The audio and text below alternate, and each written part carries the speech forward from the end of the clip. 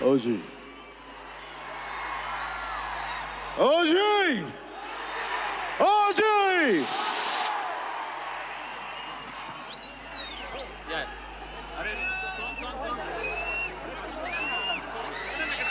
Washi!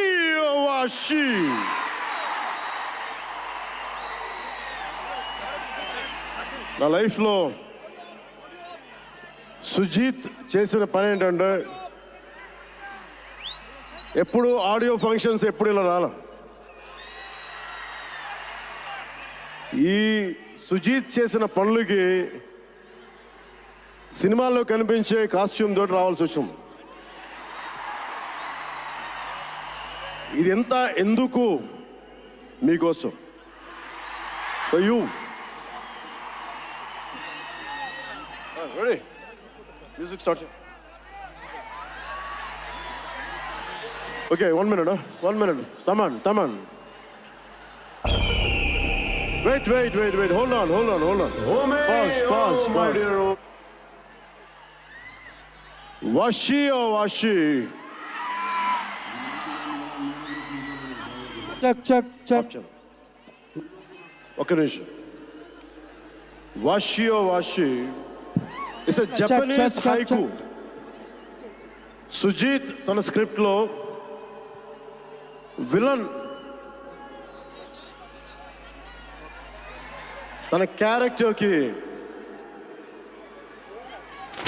నువ్వు అందనంత ఎత్తులో ఉన్నావు, హీరోని ఇబ్బంది పెడతా ఉంటాడు, ఆకాశంలో విహరిస్తున్నావు, నిన్ను కిందకి తీసుకొస్తా, నేల మీద కూర్చోబెడతా. అలాంటి సందర్భంలో ఈ పోయం, ఈ హైకు వస్తుంది. నేను పాడాలనుకోలా, చెప్పాలనుకోలా. తమన్ కోరికది, తమన్ కోరికే కాదు, ఇది మీ కోరిక కూడా. రెడీ?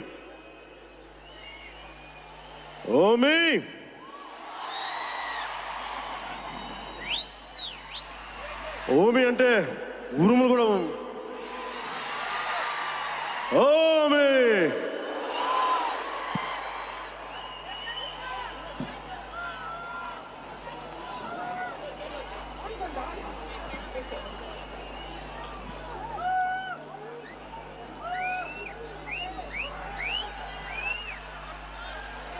ready?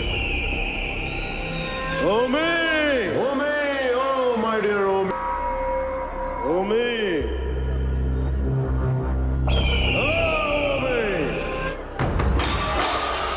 ఎగిరి పడుతున్నావు, గాల్లో ఎగిరి అందకుండా తిరుగుతున్నాడు. నేల మీదకి ఎలా దించాలో నాకు బాగా తెలుసు. నీలాగా ఎగిరి కొట్టుకునే వాళ్ళకి నా చిన్నప్పుడు నా గురువు ఒక హైకు చెప్పాడు. ఆ హైకు చెప్తాను, విను. Vashi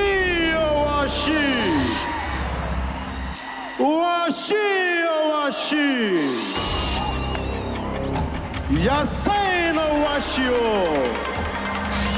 కొరుసునివా Mazu Tsubasama Kiri wo Tosu Hitsu Yogaru Jimen ni yoshitara Mio eguridas Mega Mia nakunari Doko ni ikeba Ino ga wakaranaku suru Soko de Ashio Kitai!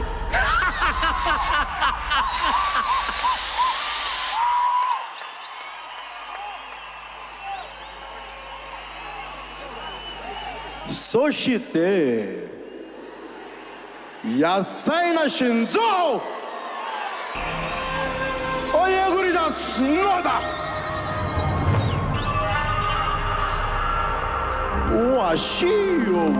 Pulivendula election జరిగింది తెలుసా మీకు? పులివెందుల ఎలక్షన్ జరిగినప్పుడు వాస్తవానికి అయితే కూటమి బాధ్యత ఏమి, 3 పార్టీలవే ప్రచారం చేయాలా. దాంట్లో బీజేపీకి సంబంధించిన ఒక ఆయన యాక్టివ్గా తిరిగినాడు, టీడీపీకి సంబంధించిన ఆయన ఒక ఆయన యాక్టివ్గా తిరిగినాడు. జనసేన ఉనికే లేదు ఆడ. ఎందుకు లేదు?